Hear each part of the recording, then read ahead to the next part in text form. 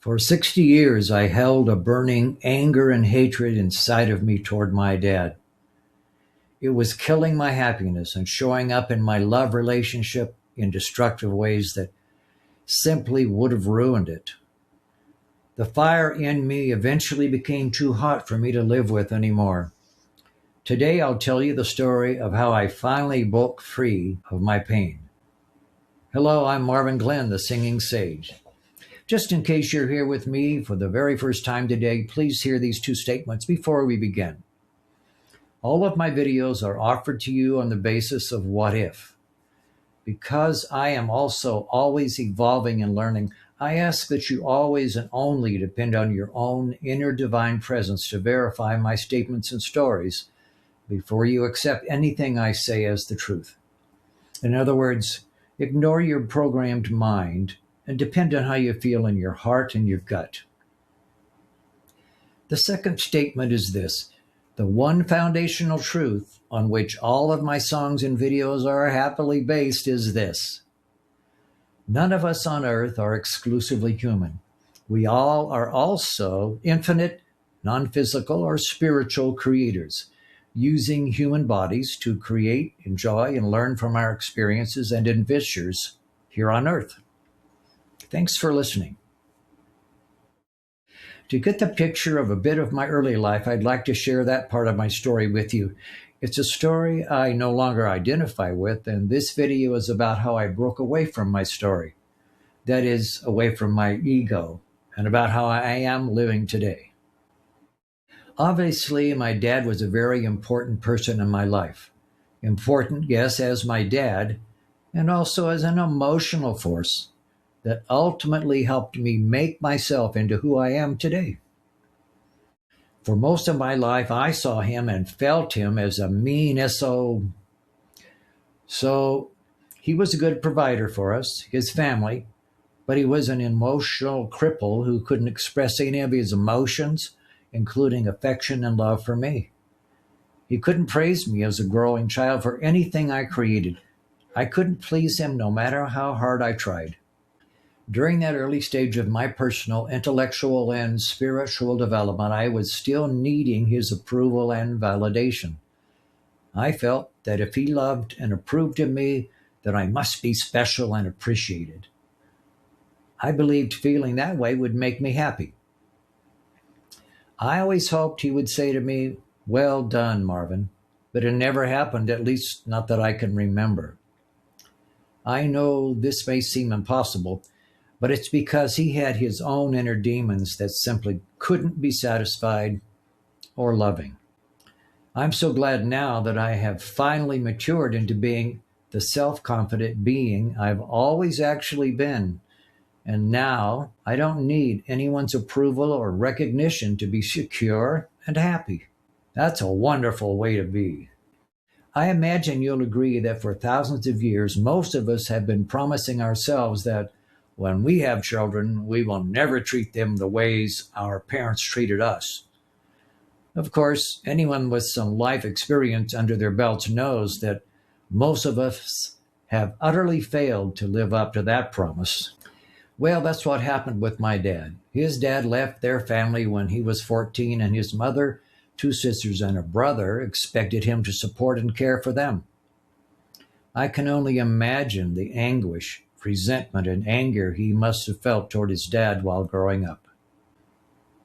As all this turned out, the being who became my dad was being prepared for the role he was about to play in my and my siblings' lives. He played his role very well until I left home at 18. For the next 44 years, I completely ignored him, and I didn't even go to his funeral. That's how crippled I was by my hatred. You see, the way life on earth is set up is that everything and everyone is intimately connected, but we hide it all from ourselves so we can have fun creating and experiencing our personal dramas and adventures. We can only do that if we forget what's really going on. I'll talk more about that later. So here I am for most of my life, angry and resentful and sad about my life with and without my dad. Believe it or not, I actually missed him in my life. I was so distorted, much like he was, and my distortions were so unconscious that I wasn't consciously aware how messed up I was at all. I didn't create children in my life this time around, and looking back, I'm so glad I didn't. I'm sure I would have unconsciously passed the attitudes and characteristics of my dad along to them, and the cycle of pain would have continued. Life is wonderful, you know. I'm glad to say my experiences with my dad did exactly what they were supposed to do for me. I know this might seem weird or impossible, but please remember, you and I are not just these humans we're pretending to be. Before we are born, we and our friends agree to play specific roles in each other's lives so our souls can experience themselves through us in our emotional dramas and adventures. Our lives are one big theatrical production we planned together, and man, do we have fun being the stars of our shows. Of course, seeing life this way can completely change our whole perception, so forget all this if you want to keep acting in your show. So here I was, 62 years into my life, living with my self created, crippling emotions all bottled up inside of me. I'll tell you my dramatic story later that shows why I can say that my emotions were created by me. After all, who else could do that? Anyway, those suppressed emotions and thoughts eventually expressed themselves in me as addictions and perversions that shut me down inside of myself and killed my ability to create or maintain an intimate, loving relationship with anyone. I wonder, is this true picture of our lives getting clearer? It really helped me to remember that we are infinite and eternal souls who come to earth to experience ourselves in relation to everything here. These experiences help us to better know ourselves more completely as the magnificent and divine beings we are. The people in our personal lives are simply and powerfully serving us. Why would they do that? Because we asked them to. They all volunteered because they love us so much. Just remembering and accepting this fact can free us from all the negative attitudes that we chose to create and experience in the first place. Please remember, no one in our lives is there by accident. Believe it or not, every part of your life you planned before you even arrived. Yes, we are all that amazing. When we do remember and realize we are responsible for our lives and for everything we are experiencing, it's really easy to reclaim our power and let go of our dark emotions and attitudes around other people. But of course, we have to be ready to close our show. It does take being ready and willing. That's why it can take a long time for so many of us. That's the place I finally came to in my life. A place where I couldn't stand being the kind of person who couldn't really love, couldn't really connect, couldn't really feel empathy and compassion toward anyone, including myself, and of course, especially toward my dad. I want to tell you that true story now about a dramatic experience I had that catapulted me over my highest hurdle and into a new life of freedom and joy, without my anger, hatred, and resentments. The day came when I decided to attend a warrior monk training that was facilitated by the great social visionary Bill Kauth. The intention was to get us attendees to be real with ourselves and to drop any shame we might feel about who we thought we were emotionally. Bill and his friends prepared us for a week with specific, intense psychological techniques so we could finally face and express our deep hidden emotions. After 1 week of intense preparation together, the day arrived when the moment of expression and release was before us. I woke up that morning with an actual burning right here in my solar plexus and with a strong determination to be what I had been prepared to be, real, honest, and unafraid of whatever happened. I was ready to let go and let it all hang out. I was determined to face my pain and express it. I walked to the spot in the room where volunteer helpers and pillows had been prepared for our release session. I got down on my knees and I began slowly pounding that pillow. As I pounded, I felt something in me, something that was alive, rising up from my gut. As my pounding became more urgent, my breathing got more rapid and I began to moan. The sound was a living ache from deep inside. Second by second, with my eyes closed and my dad there in front of me, everything became more intense and my voice became louder and louder. I felt the burning rise into my chest and then into my throat. I lost control and was screaming at the top of my lungs, pounding and cursing and crying. At the climax of this moment, when it seemed I was absolutely out of control, Bill moved close, put his face 6 inches from mine and simply said, "Now change it." Without hesitation or trying to figure anything out, I changed my greatest anger and anguish to deep silence and peace. Just like that, my anger, hatred, resentment, and screaming vanished, never to return.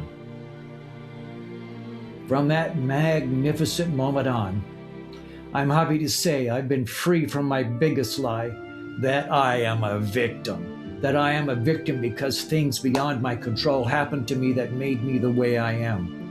They made me angry, depressed, and hateful, and they made me into someone I couldn't stand. They made me antisocial and judgmental toward people. In short, I was victimized by life. All that disappeared in that instant. I have never again blamed anyone else for my actions or for how I feel. In that magical moment, I took back my power, and I've never once given it away again. I am the only one who creates my life. I am the only one who is powerful enough to do that. No one else can make me be, do, say, or feel anything that I don't agree to. The ultimate happy ending to this, of course, is that I am free of all my negative feelings toward my dad. He had already died, and I could actually feel him waiting for what happened next. I sat down, called him to me, and did a deep emotional release and closure with him while I told him how thankful I am for the way he served me. Now I finally see him as who he really is, a person like me who struggled with his own demons and traumas. He did the best he could and served me well. Now I feel only love, gratitude, and compassion for him. I mean, after all, why wouldn't I love him now? He's the one who lovingly volunteered to serve me for many years in this life, and I can hardly wait to give him a great big grateful hug when we meet on the other side. I hope my story helps you let go of whatever you want to get out of your life. So when you're ready to move beyond all the crippling emotions you may have, I recommend this video here. If you'd like to dig deeper, face your own dark emotions, and start letting them go, you'll probably enjoy playing the game in this video with your shadow. I know how scary it can seem to face our traumatized demons inside of us. But please remember, you are the sovereign on your throne of power, and you can never be forced by those energies to be anyone or do anything against your will. Thank you for being here with me today. Our song for today is "Let Me Love."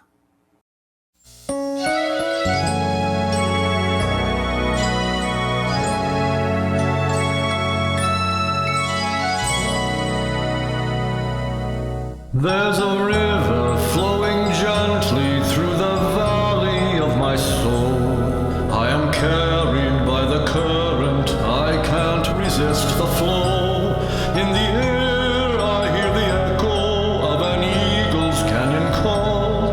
To live this life I'm given, sharing love with one and all. Let me be the son of morning and create a bright new day. Let me touch your heart with laughter, chasing sadness all away. Let me feel the joy of giving from a heart that's truly free. Let me live in childlike wonder and enjoy the mystery. Let me climb the highest mountain with your wisdom as my guide. Let me walk the golden pathway to my heaven deep inside. Let me teach what I remember by example day by day. Let my touch be always gentle, and the words that I may say. Let me live a life of service, sharing vision with the blind. Let compassion still the judgment of my unforgiving mind. Let me brighten lives with humor. Let me comfort those who weep. Let me shine my light in darkness before I lay me down to sleep. From